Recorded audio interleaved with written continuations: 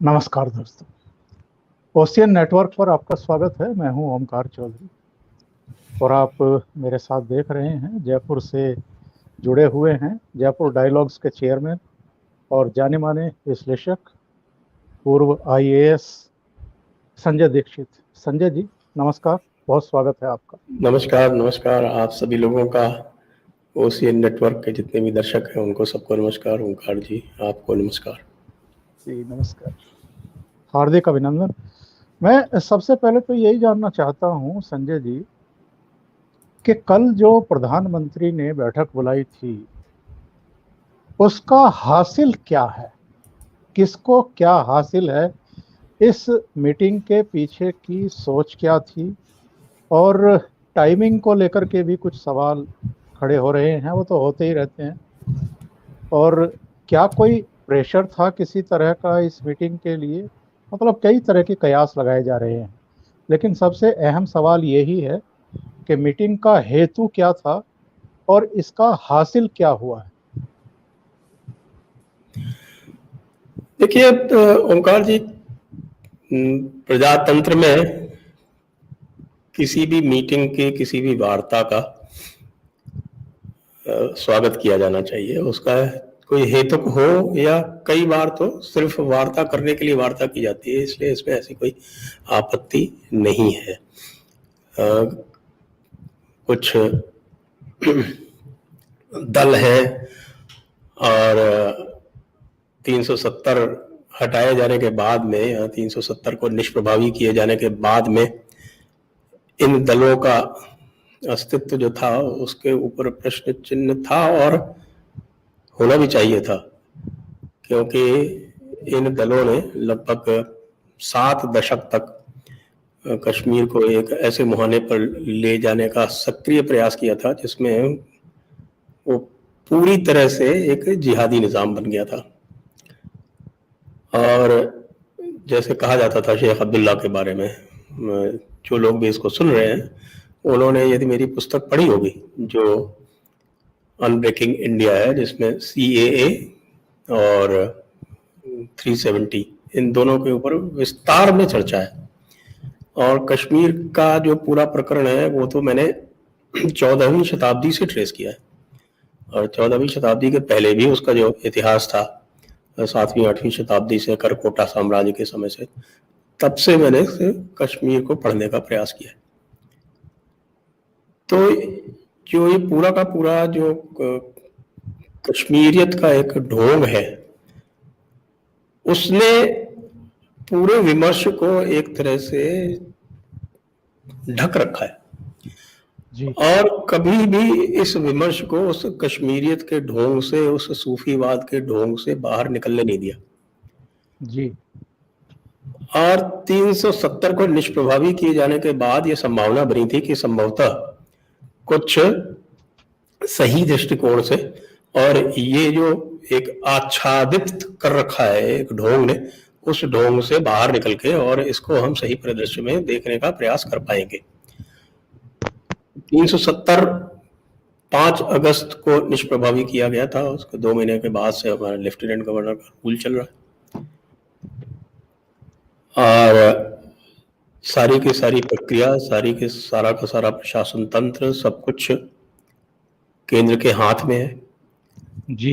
लेकिन उसके बाद भी जो हम पूरा देखते हैं तो वो जो एक ढकोसला चलता था जिसमें ये कहा जाता था कि ये तो शांतिपूर्ण लोग हैं यहाँ कश्मीर वैली के, जबकि हम सब जानते हैं कि जो भी घटनाएं हुई जिसके अंतर्गत कश्मीरी पंडितों को वहां से निकलना पड़ा, वो केवल पाकिस्तान का या केवल कुछ मुजाहिदीन का, केवल जमात इस्लामी का, केवल हुर्रियत का काम नहीं था, बल्कि हुर्रियत तो बाद में बनी, 1993 में बनी, इनका काम नहीं था। पूरा का पूरा कश्मीरी समाज उसके अंदर, या कश्मीरी मुस्लिम समाज जिसको कहते हैं, उसने उसमें सक्रिय भागीदारी की थी, और इसीलिए लगातार कश्मीरी पंडित ये मांग करते रहे हैं कि इसको जो है नरसंहार या जीनोसाइड करार किया जाए। और जो UN कन्वेंशन बना हुआ है जीनोसाइड के ऊपर, उसके अंतर्गत वो पूरी तरह से फिट होता है, क्योंकि एक पूरी सभ्यता को वहां से जबरदस्ती बाहर निकाला गया और उसके प्रतीक चिन्हों को भी पूरी तरह से समाप्त करने का प्रयास किया गया। और इसके जो सूत्रधार थे वो सारे के सारे बार बार इनको वहीं पर वापस लाकर, और जिसको कहते हैं कि वही पुरानी एक काठ की हांडी बार बार चढ़ाने की कोशिश की गई, और वही काठ की हांडी क्या कि साहब कश्मीरियत, इंसानियत, जमहूरियत। जबकि यदि आप मेरी पुस्तक पढ़ेंगे और उसको देखेंगे कि शेख अब्दुल्ला के समय से यहाँ क्या होता था, किस प्रकार का उनका जमहूरियत के प्रति किस प्रकार की उनकी प्रतिबद्धता थी, पहले इलेक्शन से लेके और अंतिम इलेक्शन तक उसी प्रकार सारे कार्य हुए हैं। जिन लोगों को ध्यान नहीं उनको मैं बताऊं कि जब पहला इलेक्शन हुआ था जम्मू कश्मीर में 1952 कॉन्स्टिट्यूएंट असेंबली का, 1951 में हुआ था, उनकी जो कॉन्स्टिट्यूएंट असेंबली थी उसका इलेक्शन हुआ था, जिसमें 75 सीटें थी, और उन 75 में से 40 पर जो कि कश्मीर में थी, उन पर तो सामने किसी को खड़ा ही नहीं होने दिया गया और निर्विरोध निर्वाचन हुआ वहां पर। फिर कोई 33 जो थी उसमें लोग खड़े हुए जम्मू में जी, उनको सबको एक तरफा रिजेक्ट कर दिया गया। और चूंकि 370 के चलते वहां पर भारतीय निर्वाचन आयोग का क्षेत्राधिकार नहीं हुआ करता था, तो वहां पर किसी की तरह की अपील, किसी तरह की सुप्रीम कोर्ट को अप्रोच करने का कोई प्रश्न ही नहीं उठता था। वो पूरी तरह से एक तरफा सत्ता थी, ऑटोक्रेसी जिसको कहते हैं, एकाधिकार वाली। सिर्फ 2 सीटें थी लद्दाख में जहां पर चुनाव हुए, और उसमें भी नेशनल कॉन्फ्रेंस जीती। 75 की 75 सीटें शेख अब्दुल्ला की नेशनल कॉन्फ्रेंस के पास थी। और उसके बाद से जो भी ऐसे होते हैं, यानी कि 1967 तक में आपके जो चुनाव हुए उसमें भी ये स्थिति थी कि कोई मेरे ख्याल से 39 सीटें ऐसी थी जो निर्विरोध हुई। और वहां पर इस प्रकार का एक ये बन गया था कि साहब कि ये यहाँ इलेक्शन नहीं सिलेक्शन होता है, जैसे पाकिस्तान में कहते हैं ना कि जहां इलेक्शन नहीं सिलेक्शन होता है। तो जम्मू कश्मीर एक ऐसा राज्य था जहां पर इलेक्शन नहीं सिलेक्शन हुआ करता था। और पहली बार अगर इसको कहें कि इलेक्शन किसी प्रकार का हुआ तो वो 2002 में हुआ, जब अटल जी की सरकार थी। लेकिन वो भी किस तरह का इलेक्शन हुआ वे जानते हैं कि साहब की वो लोग बाग जो थे वो एक सेट लोग थे और वही घूम घूम के सब जगह वोट दिया करते थे। और कश्मीर वैली में तो कोई 6%, 8%, 10% वोट पड़ जाते थे तो भी बड़ी बात हुआ करती थी। 2014 में पहली बार ऐसा हुआ कि ठीक ठाक ढंग से वोट पड़े। तो हर बार वहां पर सिलेक्शन या क्वासी सिलेक्शन ही हुआ है। और 370 हटने के बाद कम से कम हमें एक ये आशा बन गई थी कि अब सिलेक्शन नहीं, अब वाकई इलेक्शन होगा, एक ढंग का डिलिमिटेशन होगा, और उस डिलिमिटेशन में जो सारे के सारे फर्जीवाड़े किए गए थे 70 साल के, उनका सबका निराकरण होगा। लेकिन वैसा नहीं हुआ। इसी भारतीय जनता पार्टी ने जो आज तक उसका घोषित पहलू है, आज भी जो उसका घोषित स्टैंस है वो आज भी वही है। उसने आंदोलन किए थे जम्मू में और ये कहा था कि जो 2011 की जनगणना हुई है जम्मू कश्मीर में वो फर्जी हुई है और वो टेबल सेंसस है। आज तक उस मुद्दे से वापस नहीं हटी है जम्मू कश्मीर भारतीय जनता पार्टी। लेकिन उसके बाद भी आप ये तय करते हैं कि साहब की जो सीमांकन होगा वो 2011 के आधार पर ही होगा। क्यों? नहीं तो जो मुस्लिम मेजॉरिटी है वो नाराज हो जाएगी। ये वही वाली मानसिकता है जो गांधी जी ने हमको 1920 में सिखाई थी और उसके बाद से ये लगातार चली आ रही है, चाहे वो कांग्रेस हो और चाहे वो भाजपा हो। जब भी प्रश्न आता है मुस्लिम का, तब अचानक इनको सांप सूंघ जाता है। फिर सारे के सारे समानता के सिद्धांत, नैतिकता के सिद्धांत, वो सब हवा हो जाते हैं। फिर ये देखा जाता है कि अरे साहब ये कहीं नाराज नहीं हो जाए। और नाराज कैसे हो जाए, जिसके बारे में मैंने कई बार डॉक्टर अंबेडकर को कोट किया है, इसमें मेरी किताब में कोट किया है। तो मुझे लगता है कि मुझे एक बार फिर से उसे कोट कर देना चाहिए, मेरी किताब से कोट। बिल्कुल बिल्कुल। कि उन्होंने ये समझाया कि भाई ये जो आप करते हैं, ये कांग्रेस को समझाया था उसमें, लेकिन मुझे लगता है कि आज कांग्रेस के साथ साथ भाजपा भी यदि उसी प्रकार की बात करती तो उसमें हमें दिल्ली की सत्ता को सम्मिलित कर लेना चाहिए। तो ये मैं ये पढ़ता हूं डॉक्टर अंबेडकर की तरफ से, तो जहां कांग्रेस लिखा है वहां पर आप यूनियन ऑफ इंडिया समझे इसको, या मैं स्वयं कहें तो अपनी तरफ से बोलता हूं, लेकिन मैं जैसा उन्होंने कहा एज इट इज पढ़ देता हूं। बिल्कुल। वो क्या कहते हैं कि it seems to me that Congress has failed to realise two things. The first thing which the Congress has failed to realize is that there is a difference between appeasement and settlement. ये बहुत गंभीर बात कही उन्होंने, और ये बहुत गंभीरता से इसको समझने की आवश्यकता है। और मैं भारतीय जनता पार्टी के जो नेता हैं उनको भी अनुरोध करूंगा कि इसको ध्यान से सुनिए। कम से कम आप डॉक्टर अंबेडकर को तो बहुत मानते हैं, और डॉक्टर अंबेडकर को नेहरू जी से ज्यादा मानते हैं।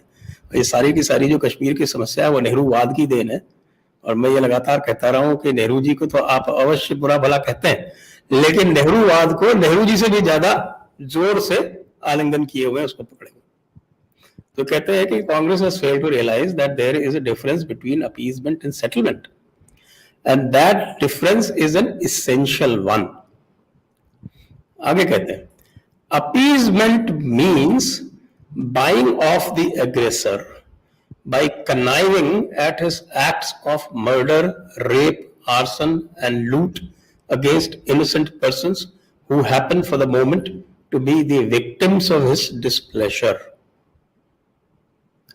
अब ये किनके बारे में बात करें? ये मुस्लिम्स के बारे में बात कर रहे हैं। वो सन 1946-47 के परिप्रेक्ष्य में बात कर रहे हैं, 1940 के दशक की परिप्रेक्ष्य में बात कर रहे हैं। लेकिन यदि आप इसमें ये जो हमारे गुपकार गैंग को रख दें, जो ये पूरा का पूरा पीपल्स एक्शन कमेटी या गुपकार डिक्लेरेशन वाले, PAGD वाले, जो गुपकार गैंग बोलता हूं मैं इनको, इन सारे के सारे गुपकार गैंग वालों को रख दें, तो इनके भी सारे कार्य यही रहे हैं। हत्याएं, मर्डर, लूट, आर्सन, ये सारा का सारा जमाते इस्लामी वालों ने किया होगा, या अलग अलग नाम के पाकिस्तानी और हिजबुल मुजाहिदीन और इस तरह के टेररिस्ट ने किया होगा। लेकिन उसके ओवरग्राउंड फैसिलिटेटर और इनेबलर यही गुपकार गैंग वाले थे। ये समझने की बात। तो appeasement means buying off the aggressor by conniving at his acts of murder, rape, arson and loot against innocent persons who happen for the moment to be the victims of his displeasure. Buying off है, इसको ध्यान रखिएगा, इसको बाद में मैं touch करूंगा। On the other hand, settlement means laying down the bounds which neither party to it can transgress.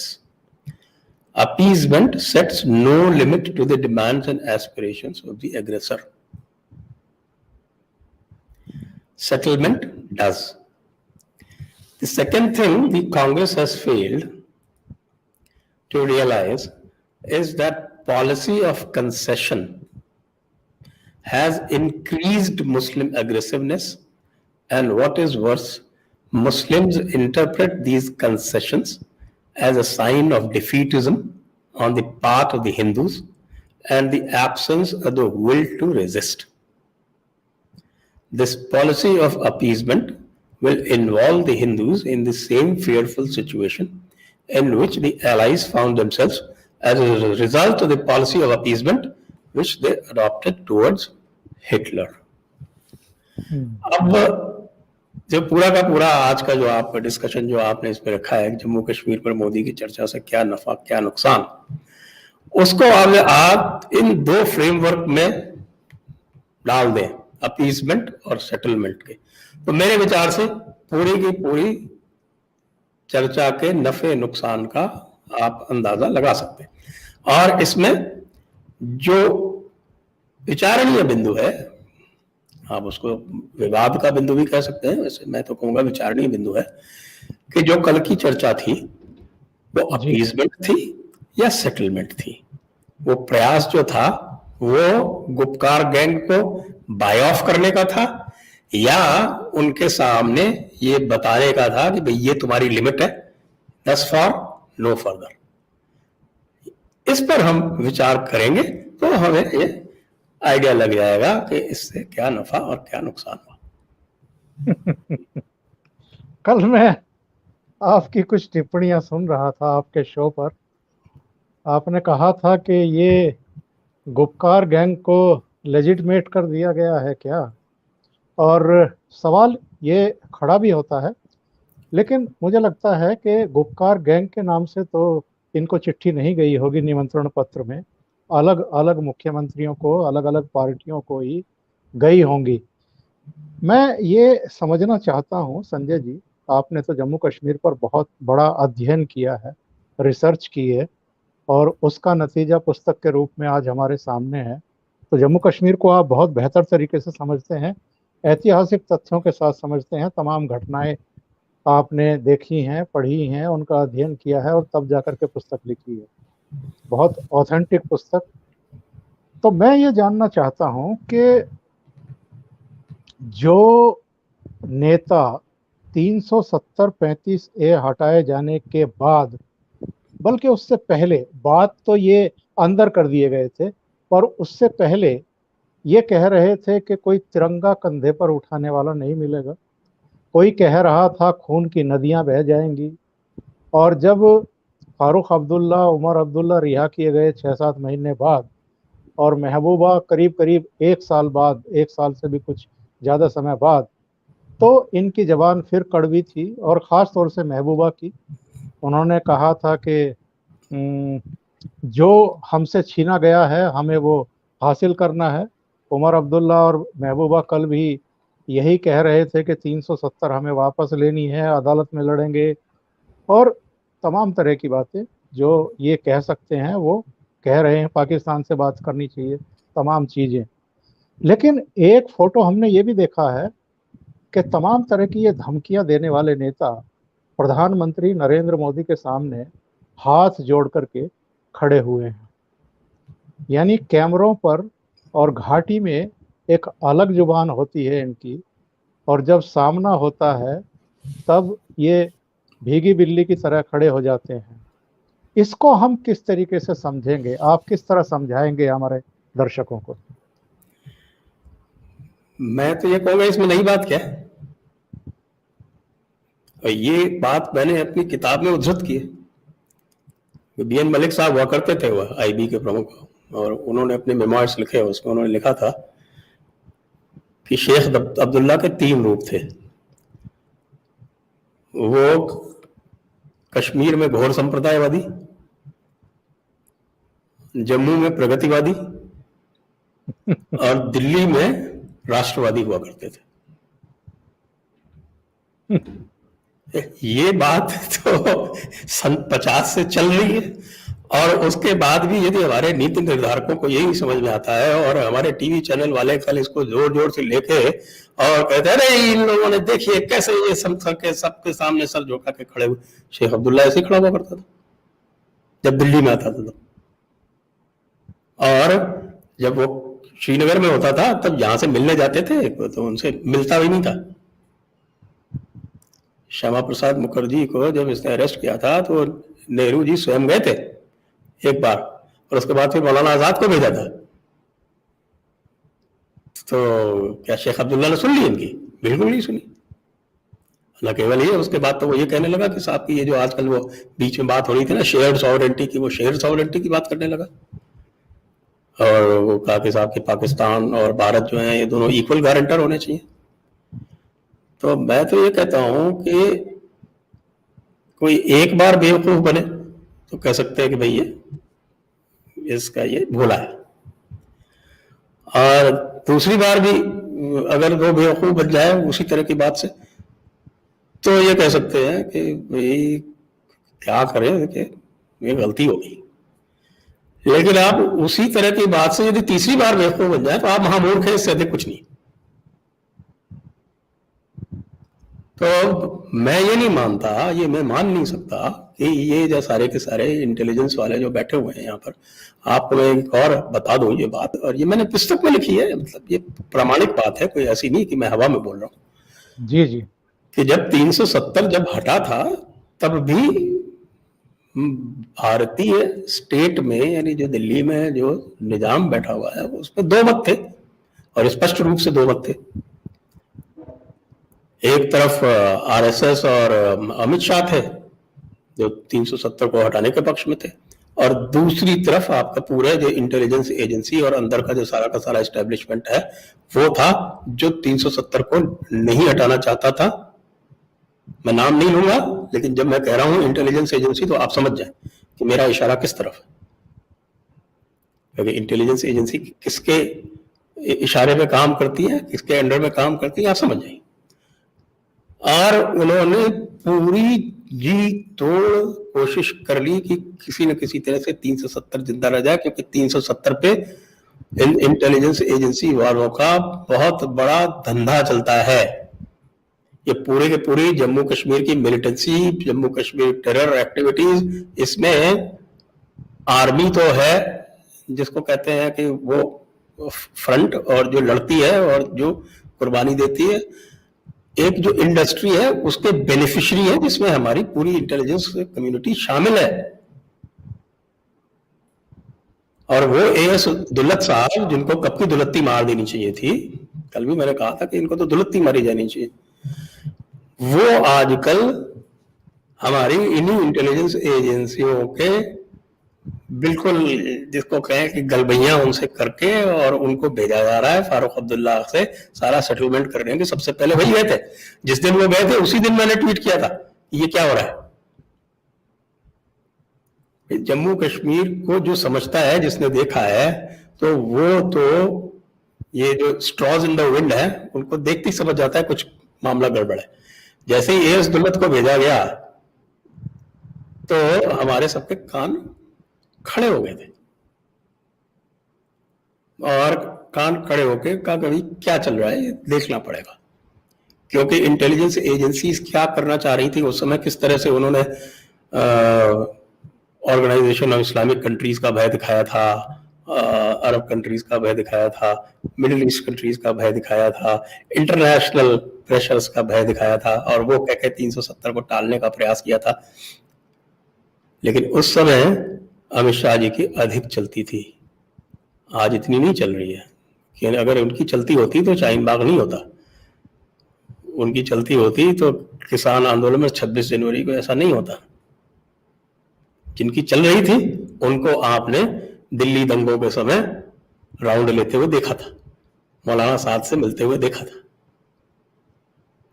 तो ये जो इंटरनल टसल चल रही है, इस इंटरनल टसल का खामियाजा जो है वो भारत की जनता को भोगना पड़ रहा है। और मैं आपको ये भी बता दूं कि इसका रोड मैप तय था,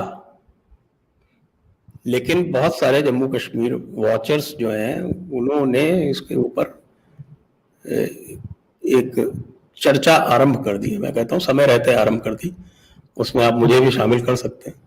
जी मैंने जी। सबसे पहले इसके ऊपर अलार्म जो था वो मेरे ख्याल से 19 या 20 तारीख को उठाया था, एक सोलो किया था, और उसका काफी जम्मू में खास तौर से बहुत चर्चा रही उसकी, कश्मीर में भी चर्चा रही, क्योंकि 370 के तुरंत बाद से जो जो आपने किया उसमें से बहुत सारे ऐसे कार्य हैं जो पूरी की पूरी उसके फॉलोअप को संदिग्ध बनाते हैं।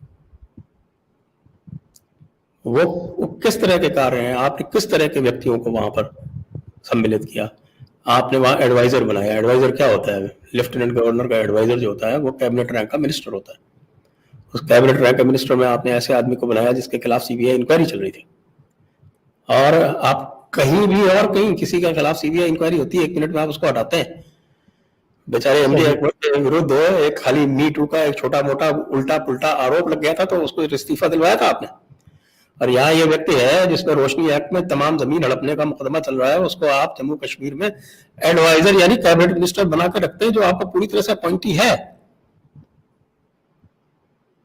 बशीर अहमद खान। दूसरी बार फिर एक आईपीएस एडवाइजर आप बनाते हैं, वो आरोपी रह चुका है आप पे वो पत्थरबल कांड में। कश्मीर में सबसे बड़ी समस्या, कश्मीर वैली की बात कर रहा हूँ, जम्मू में ये समस्या नहीं, क्योंकि जम्मू में तो आपको एक राष्ट्रवादी चिंतन भी है और आपको वहां पे व्यक्ति मिल जाते हैं जो आपके साथ खड़े होने के लिए खुले रूप से तैयार है। कश्मीर में भारतीय झंडे के साथ खड़े होने के लिए तैयार बहुत सारे लोग हैं, लेकिन जो हमारी स्टेट है, जो हमारा राज्य है, वो उनके साथ खड़े होने के लिए तैयार नहीं था। 370 हटने के बाद हमें यह आशा बंधी थी कि वे लोग जो तैयार हैं इसमें साथ में खड़े होने के लिए राज्य के साथ, तो उनके साथ राज्य भी खड़ा होगा।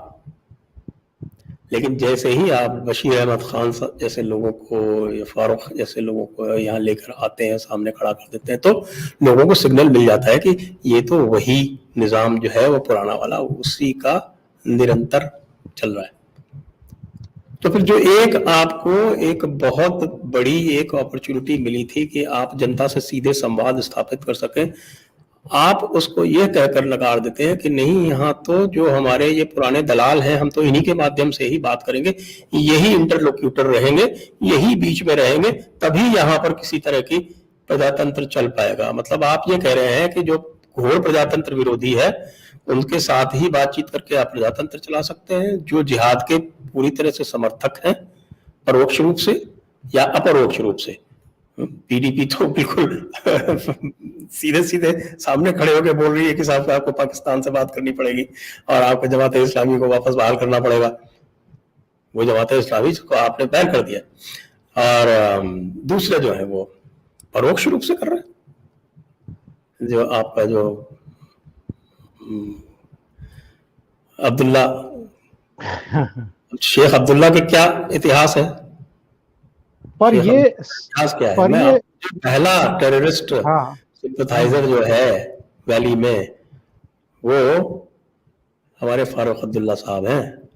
जब ये पहली बार चीफ मिनिस्टर बने थे तो अल फतह नाम का एक टेररिस्ट ऑर्गेनाइजेशन होता था, वो इनकी ही सरपरस्ती में फला फूला था। और 1989-90 में क्या हुआ था जब ये छोड़ के भाग गए थे?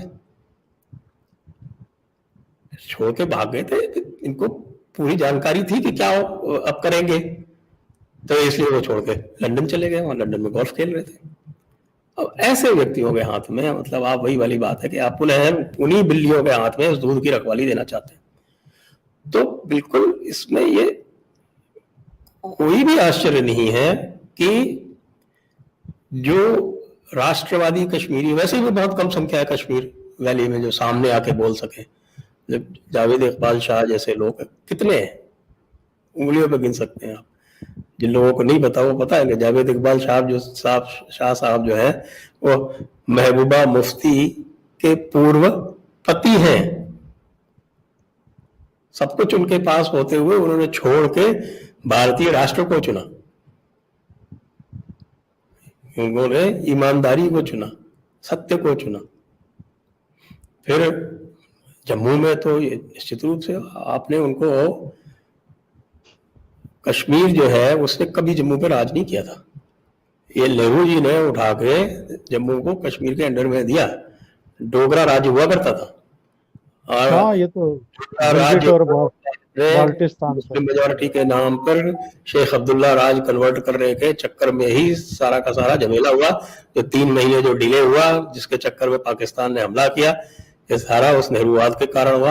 और आज हम पुनः उसी नेहरूवाद की पुनरावृत्ति देख रहे हैं, ऐसा मुझे लगता है। लेकिन मुझे एक आशा भी है इसमें, वो मैं अब आगे बताऊंगा। आप कुछ पूछना चाहते हैं?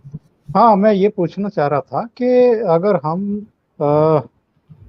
लोकसभा और राज्यसभा के 5 अगस्त 6 अगस्त के भाषण सुने अमित शाह के, जब 370 हटाया गया, 35 से हटाया गया, तो उन्होंने अपने भाषण में बड़ा अटैक किया था जम्मू कश्मीर के 3 परिवारों को।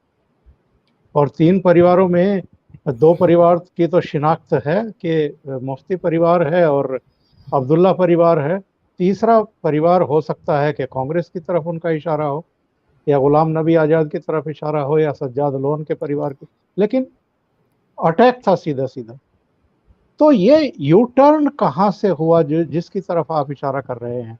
और 3 स्तरीय अगर पंचायत चुनाव हुए हैं और सफलतापूर्वक हुए हैं, और उनको पावर भी सौंपी गई है, उनको पैसा भी दिया गया है, योजनाएं भी शुरू हुई हैं, विकास के काम भी शुरू हुए हैं, और अगर अमित शाह ने ये कहा था कि हम नई लीडरशिप जो है वो विकसित करेंगे, ऊपर उठ लेकर के आएंगे नई लीडरशिप को, तो फिर ये यू टर्न कब शुरू हो गया कि नई लीडरशिप की ज़रूरत नहीं है, पुराने चेहरों को ही आगे करके वहाँ लोकतंत्र जो है आगे बढ़ाया जाए?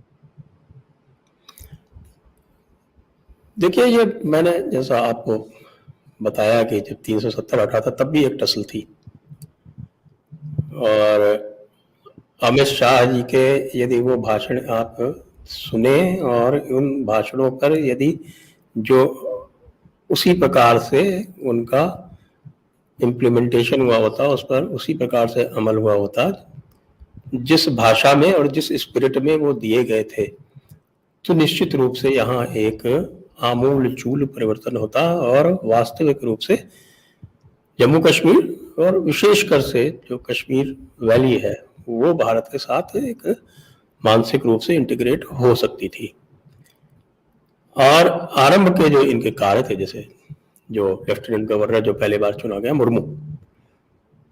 मुर्मू मेरा साथी है, मुझसे 1 साल सीनियर है आईएएस में, और हमने होम डिपार्टमेंट्स में, जब वो गुजरात में होम सेक्रेटरी था, मैं यहाँ होम सेक्रेटरी था राजस्थान में, हम साथ साथ काम किया। तो बहुत एक सुलझा हुआ, जमीन से जुड़ा हुआ व्यक्ति है, और उसने बिल्कुल सही दिशा में काम करना आरंभ किया। लेकिन उसको चीफ सेक्रेटरी उसकी पसंद का नहीं दिया गया। चीफ सेक्रेटरी पहले से थे वैसे तो, लेकिन वो कुछ और, आप ये देखिए कि उनकी हालत ये थी कि ऐसा कहते हैं, और इसका मेरे पास प्रमाण तो नहीं है, लेकिन चूंकि मैं उस तंत्र का अंग रहा हूं, इसलिए मुझे पता है कि उस चीफ सेक्रेटरी जो है वो लेफ्टिनेंट गवर्नर को हटवाने में सफल हो गया, और वहीं से सारा मामला आप देखिए पूरा पलटता है वहां से। और धीरे धीरे धीरे धीरे एमएचए का जो नियंत्रण है वो पूरी व्यवस्था से, पूरे तंत्र से कमजोर होता जाता है, और फिर से इंटेलिजेंस एजेंसियां हावी हो जाती हैं। और इंटेलिजेंस एजेंसियां जब भी कश्मीर में हावी हुई है, तब वही हुआ है जो लगातार 1989-90 से होता है। 1989-90 में ये एस दुल्लत साहब जो थे वो कश्मीर में आईबी के हेड हुआ करते थे। बाद में वो घूम घूम के वो बातें पता चला रॉ के चीफ बन गए, आईबी से रॉ में चले गए, और रॉ के चीफ होकर वो अंत तक रिटायर हो गए। उनको एक ये माना जाता है कि साहब वो भीष्म पितामह है जम्मू कश्मीर को, उनसे ज्यादा कोई नहीं समझता। जम्मू कश्मीर में उनसे ज्यादा नेटवर्किंग किसी की नहीं है, ये तो मैं मानता हूं।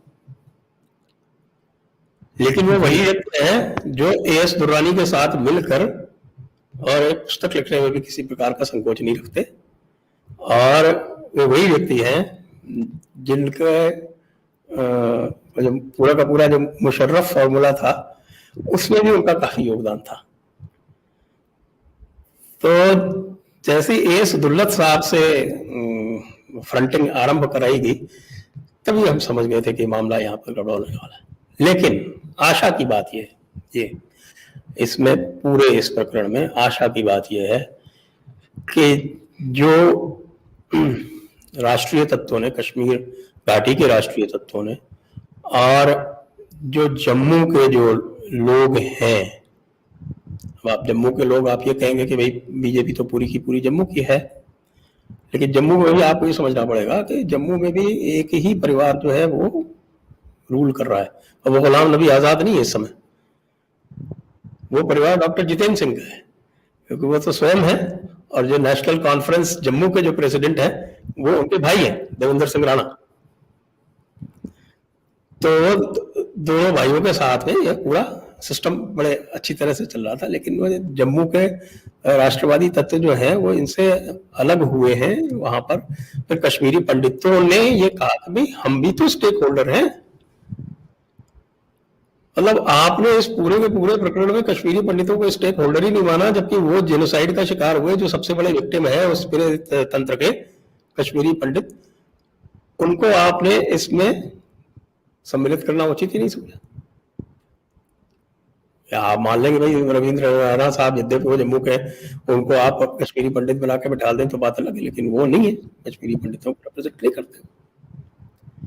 आपने कश्मीरी पंडित कम्युनिटी से किसी को नहीं बुलाया, और आपने जम्मू का जो रिप्रेजेंटेशन था, जैसा मैं लगातार कह रहा हूं कि दो पार्टियां थी जो एक साथ रजिस्टर हुई 2020 में, एक अल्ताफ बुखारी की अपनी पार्टी थी और एक अंकुर शर्मा की एकजुट जम्मू थी। तो एकजुट जम्मू को तो नहीं बुलाया गया और अपनी पार्टी वालों को बुला लिया गया। तो इनमें से 14 लोग जो वहां प्रेजेंट थे, उस 14 लोग में से तो आप ये देखिए कि आप भाजपा के 3 निकाल दीजिए और एक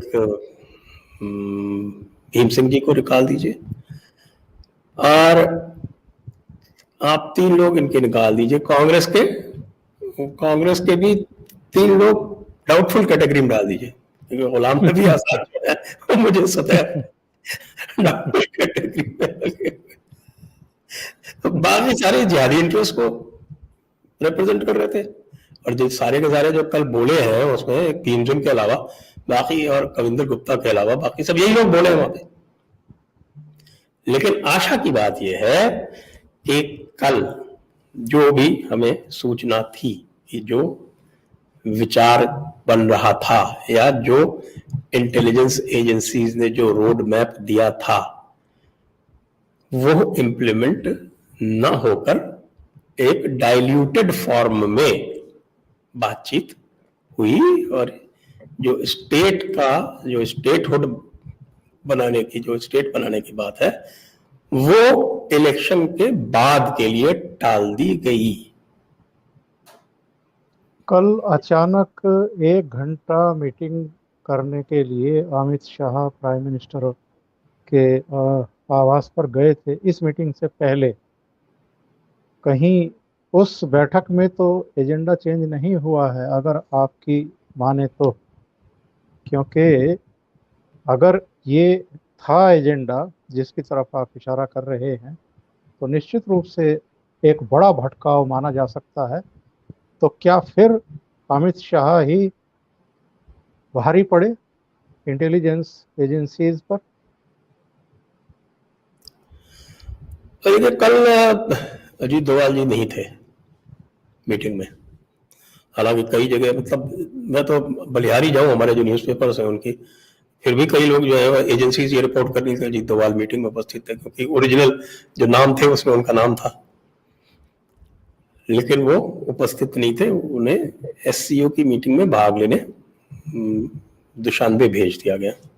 मैं ये कहूँगा भेज दिया गया क्योंकि उनका जाना आवश्यक नहीं था। वो एनएसए लेवल की मीटिंग थी जहाँ डिप्टी एनएसए भी जा सकते थे, और अब उनके पास एक डिप्टी एनएसए है, तो उसके बाद भी उन्हें भेज दिया गया। मैं ये कह रहा हूँ कि आप ये कह सकते हैं कि मैं पतंग उड़ा रहा हूँ लेकिन जो मुझे दिख रहा है वो मैं बोल रहा हूँ कि ऐसी महत्वपूर्ण मीटिंग में एनएसए नहीं थे, जबकि सारा का सारा रोड मैप उनका स्वयं का बनाया हुआ था। अब इससे जो है हम निष्कर्ष निकालना चाहे तो निकाल सकते हैं, बाकी कोई स्पष्ट तो जो बातें आएंगी तो बाद में ही आएंगी। बिल्कुल सही बात है। तो क्या जो मैंने इसका एक शीर्षक दिया है कि इससे नफा नुकसान क्या हुआ, अगर हम केंद्र की बात करें तो केंद्र का क्या नफा या नुकसान आप मानते हैं, और जो इसमें भाग लेने के लिए आए थे उनकी दृष्टि से माइनस प्लस क्या है? तो मुझे तो लगता है जो भाग लेने आए थे उनको तो बहुत निराशा हुई, क्योंकि उनको एक दूसरे रोड मैप पे लाया गया था। जो रोड मैप उनको दिया गया था उसमें ये था कि साहब कि हम दोनों डिलिमिटेशन करा के और तुरंत स्टेट हुड देके और स्टेट के चुनाव कराएंगे। ये जो मेरे सूत्रों के अनुसार ये उनको ये अंडरस्टैंडिंग दी गई थी। हमारे दुलत्ती मार साहब थे ना बीच में, वो दुलत्ती मार साहब तो पूरी तरह से उन्होंने तय कर रखा कि उमर अब्दुल्ला को अगला चीफ मिनिस्टर बनवाना है वापस। दुल्लत साहब ने तय कर रखा है और दुल्लत साहब ने कई जगह कहा है, ये हमारे सर्कल्स में कहा है। अब ये सारी चीजें जो है हम लोगों को थोड़ी बता सकते हैं किसको कहा है क्या कहा है, बहुत सारी चीजें सीक्रेट होती हैं, लेकिन उन्होंने कहा है। और इस समय चूंकि वो बिल्कुल ऑल इन ऑल हो रहे थे, मतलब ये था कि साहब ब्यूरोक्रेसी में भी लोग उनसे आजकल डायरेक्शन लेने लगे थे, मतलब डायरेक्ट जो है वो उनका कश्मीर मामलों में ये सिग्नल था कि साहब इनसे सलाह ले लिया जाए, इनसे सलाह ले ली जाया करे। तो वो दुल्लत फार्मूला जो है वो तो फेल हो गया कल, और वो अचानक ही फेल हुआ है। अब ये कैसे हुआ इस पर हमें ध्यान देना पड़ेगा, और मुझे इससे अधिक आशावादी है क्योंकि इसका मतलब ये है कि जो ग्राउंड लेवल पे जो बातें चल रही हैं उसका फीडबैक पहुंचा है, और वो जो है वो जो परंपरागत जो सोर्सेज हैं स्टेट के उनसे नहीं पहुंचा। हमको तो ये मानना चाहिए ना कि जम्मू से डॉक्टर जितेंद्र प्रसाद स्वयं पीएमओ बैठे हैं, उनसे ये सूचना पहुंचनी चाहिए, उनसे नहीं पहुंची है, क्योंकि वो तो इस अब्दुल्ला वाले फार्मूले से सहमत थे। देवेंद्र सिंह राणा बनते ना उसमें मिनिस्टर, हो सकता है उनको मुख्यमंत्री बन जाते, तो उनकी तो वैसे ही चलती जैसे चल रही है, भाई है आखिरकार उनका। तो वो फार्मूला जो दुल्लत फार्मूला था वो फेल हुआ है, और एक तरह से हम कह सकते हैं कि एक जो एक आत्मसमर्पण जैसा होने जा रहा था वो स्थिति होने से रुकी है, उससे देश की प्रतिष्ठा बच गई। जी जी, तो हमें इसलिए आशा बनती है कि हाँ ठीक है कि अभी भी हमारे शीर्ष नेतृत्व के पास जो फीडबैक सिस्टम है वो सही है और वो जा रहा है, और उसको ये ज्ञात हो गया कि नीचे से विरोध बहुत प्रखर है और बहुत प्रबल है, विशेषकर जम्मू में। तो इसलिए उन्होंने कोर्स करेक्ट किया, इसका भी हम स्वागत करते हैं, लेकिन बहुत सारे कार्य जो हैं वो करने पड़ेंगे। इसमें जो जो मूलभूत समस्या है वो आपको रिकॉग्नाइज करनी पड़ेगी। आपको ये आप जिहाद को जिहाद कहने से बचेंगे तो आपका समस्या का हल नहीं हो पाएगा। यदि आप इस्लामी प्रसारवाद और आपका जो गज़वाए हिंद वाला जो कॉन्सेप्ट है पाकिस्तान का, उसको आप नकारेंगे तो इस समस्या का समाधान नहीं हो पाएगा।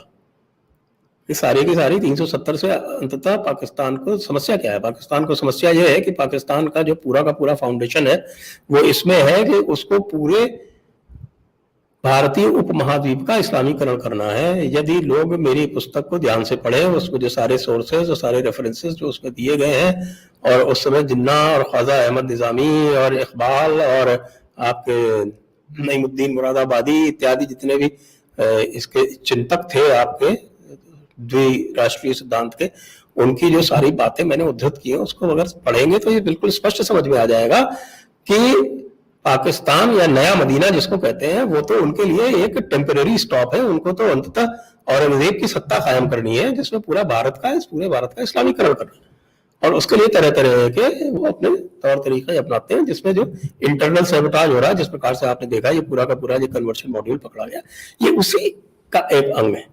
तो इसको पहचान के, और आप अगर पहचानते हैं तो इसको आपको कन्फ्रंट करना पड़ेगा। आप ऐसे गुडी गुडी होकर नहीं चल सकते। जो अपीजमेंट और सेटलमेंट वाली बात जो कही है डॉक्टर अंबेडकर ने, उसको आपको रिकॉग्नाइज करके और ऑनर करना ही पड़ेगा। नहीं करेंगे तो फिर ये बिल्कुल स्पष्ट है कि इस्लामियों का पहला ध्येय है, जो पहला टारगेट है, उन्होंने श्रीनगर को पूरी तरह से उसका इस्लामीकरण कर लिया, कश्मीर वैली का उन्होंने पूरी तरह से, अब उनका अगला टारगेट जम्मू है, जो वो कर रहे थे। महबूबा मुफ्ती का जो रोशनी एक्ट का कार्यक्रम जो एंक्रोचमेंट्स को रेगुलराइज करने का कार्यक्रम, एंक्रोचमेंट हाई कोर्ट के कहने के बाद भी ये निर्देश जारी कर देना कि साहब इनको आप पुलिस में या नहीं कराएंगे, ये जो सारे के सारे कार्य थे वो उसी ओर थे। जिस प्रकार से वो कठुआ रेप कांड का जो हंगामा मचाया गया, जिसमें आप कार्यक्रम ये था कि साहब वहां से आप हटा दीजिए, जो आपके भारत के हित चिंतक लोग हैं उनको वहां से हटाया जाए किसी तरह से। आपको याद रखना पड़ेगा कि एक समय ऐसा आया था, मेरे ख्याल से 1963 की बात है या 62 की बात है, जब भारत में मतलब नेहरू जी जो थे वो पूरी तरह से तैयार हो गए थे कि भाई कुछ और एरिया ले लो जम्मू कश्मीर का, इसको सेटल कर दो। तो वो मामला केवल इस वजह से टूट गया था क्योंकि भुट्टो ने कहा था कि आप तो कुछ डिजर्व ही नहीं करते इसमें, आप तो बस वो कठुआ जिला ले लीजिए छोटा सा, बाकी सब हमारा है। बात यहां आके टूट गई थी। तो फिर बात मैंने फिर अपनी किताब में लिखी हुई है। उसके बाद डॉक्टर करण सिंह ने भी, जब वो उन्होंने सदर रियासत छोड़ा था उससे जस्ट पहले उन्होंने भी एक बहुत अच्छी अटेम्प्ट की थी और उन्होंने कहा था कि जम्मू को आप हिमाचल के साथ मिला दीजिए। जी जी, ऑर्गेनाइजेशन हो रहा था उस समय स्टेट्स का, तो कहा था कि जम्मू को आप हिमाचल के साथ मिला दीजिए और इसको अलग छोड़ दीजिए, आप लद्दाख को अलग कर दीजिए और कश्मीर वैली को अलग कर दीजिए। मेरे विचार से जम्मू को अलग प्रांत बनाए बिना आप भारत को कश्मीर घाटी में स्थापित नहीं कर सकते। आज भी वही जिन्ना वाली एक हॉस्टेज थियरी हुआ करती थी, उसी के ऊपर काम हो रहा है कि भाई ये बेचारे मुसलमान, बेचारे हैं विद इन कोट्स, ये बेचारे हमारे मुसलमान जो हैं इनको बड़ा बुरा लगेगा यदि आप जम्मू इनसे ले लेंगे, क्योंकि ये जम्मू के ऊपर इनका स्वाभाविक अधिकार है। ये जिसको बोलते हैं आप एक इंपीरियलिस्ट, इस्लामिक इंपीरियलिज्म का एक नेचुरल एक्सप्रेशन है ये। तो ये इसमें मूलभूत प्रश्न है, इस मूलभूत प्रश्नों को आपको एड्रेस करना पड़ेगा। और ये बार बार ये जो है ना, ये मास्टर स्ट्रोक करके हर चीज पे ताली बजाना कि नहीं साहब ये बहुत अच्छा किया, बहुत अच्छा किया, इसको एक बिल्कुल निष्प्रह रूप से देखना पड़ेगा। ये राष्ट्र का प्रश्न है, ये केवल राज्य का प्रश्न नहीं है। जब जम्मू कश्मीर का प्रश्न आता है तो ये एक राष्ट्रीय मुद्दा है, एक राष्ट्रीय प्रश्न है, एक ये राष्ट्रीय बिंदु है। इसको केवल राज्य के रूप में देखना या राज्य का कर्तव्य मान के छोड़ देना यह उचित नहीं है। इसलिए मैं बहुत प्रशंसा करता हूं विशेषकर जम्मू वासियों की, हमारे जावेद इकबाल शाह साहब जैसे लोगों की, जो कश्मीर के जो राष्ट्रवादी तत्व हैं उनकी तरफ से उठ खड़े हुए, अंकुर शर्मा की, कश्मीरी पंडितों के जो ऑर्गेनाइजेशन है, डॉक्टर अजय चुंगू इत्यादि की, कि इन्होंने बिल्कुल राष्ट्र के साथ रहे और इन्होंने जो इनको करना चाहिए था वो किया, जिसके कारण राज्य भी थोड़ा सा उसकी समझ में आया। और यही मैं बार बार कहता रहता हूं कि जो राष्ट्रवादी हैं उनको राज्य को लगातार चेताते रहना चाहिए, खाली उसका ढोल नहीं बजाते रहना चाहिए। आखिर में मैं ये जानना चाहूँगा संजय जी कि जो दृश्य हमने जम्मू में कल देखे हैं मीटिंग के समय, उनसे एक उम्मीद तो जगती है और एक धारा है पूरी जो बहुत मुखरता के साथ सामने आती रही है मुद्दों को लेकर के। कश्मीरी पंडित हिंदू जो कम्युनिटी है जिसको बेदखल कर दिया गया था घाटी से, उसको वापस भेजने का वायदा भारतीय जनता पार्टी ने भी कर रखा है।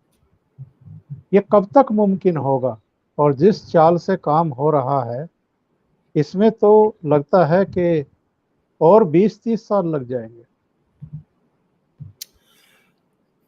देखिए ये समझने की बात है, क्योंकि जब एक देखिए आपके जितने भी आपके, चाहे वो पीडीपी हो और चाहे वो नेशनल कॉन्फ्रेंस हो, आप इनके पुराने वक्तव्यों पर जाइए, तो जब भी ये बात चली है कि भाई आप कश्मीरी पंडितों को एक सुरक्षित रूप में, एक व्यवस्थित रूप में, एक एनक्लेव में आप इनको बसाएं। तो इन्होंने सदैव उसका विरोध किया है।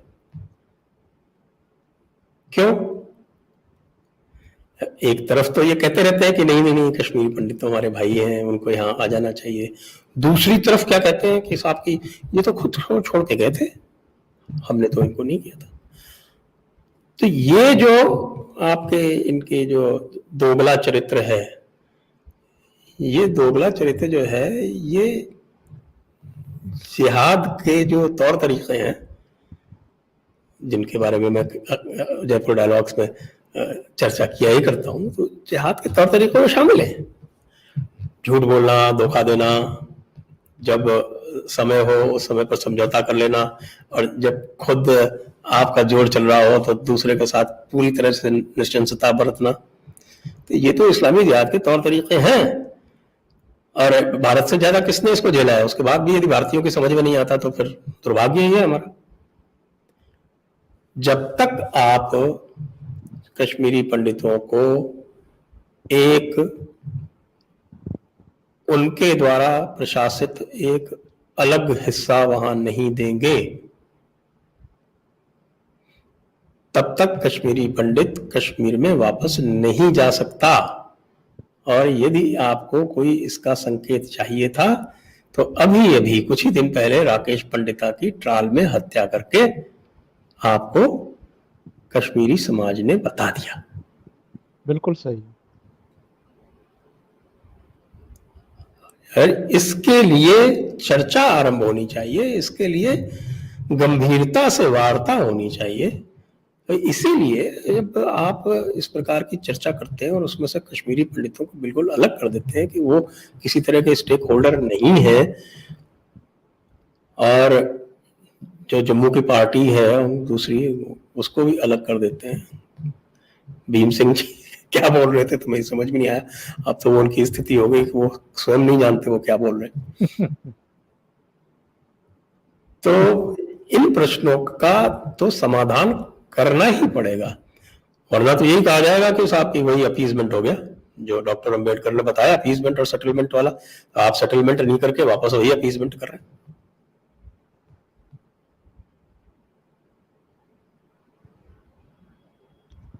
बहुत बहुत धन्यवाद संजय जी, जुड़ने के लिए और समय देने के लिए। निश्चित रूप से बहुत सारे ऐसे पहलू हैं जिनके बारे में हमारे दर्शकों को जानकारी मिली होगी, मुझे तो मिली है, और बहुत गहराई से उन चीज़ों को रखने के लिए जिनके बारे में मुझे भी बहुत उतनी जानकारी नहीं थी, क्योंकि मैं आपकी पुस्तक अभी पढ़ नहीं पाया। शो से पहले भी मैंने आपको कहा था कि मेरे बेटे की ज़्यादा दिलचस्पी थी उसमें। तो बहुत हिंदी अनुवाद जो है वो पूर्ण हो चुका है, वो प्रूफ रीडिंग इत्यादि में पड़ा हुआ, कोरोना के कारण उसमें थोड़ा सा विलंब हो गया, लेकिन वो प्रूफ रीडिंग एडिटिंग में पड़ा हुआ है। मुझे लगता है कि शीघ्र उसको लाने का प्रयास करेंगे, क्योंकि वो फिर से सामयिक हो गया है, चर्चा फिर से आ गई, तो लोगों को उसे पढ़ना पड़ेगा समझने के लिए दोबारा कश्मीर की समस्या वस्तुतः है क्या, और कुछ लोगों ने पहचानने के लिए। कई लोगों ने कमेंट बॉक्स में पुस्तक का नाम पूछा था, तो मैं बता दूं आपको, उस पुस्तक का नाम है अनब्रेकिंग इंडिया, संजय दीक्षित जी की लिखी हुई है। तो आप में से जो भी उसे पढ़ना चाहते हैं जरूर आप मंगा सकते हैं, ऑनलाइन उपलब्ध है। संजय जी बहुत बहुत धन्यवाद, थैंक यू सो मच। धन्यवाद आपको, धन्यवाद सभी दर्शकों।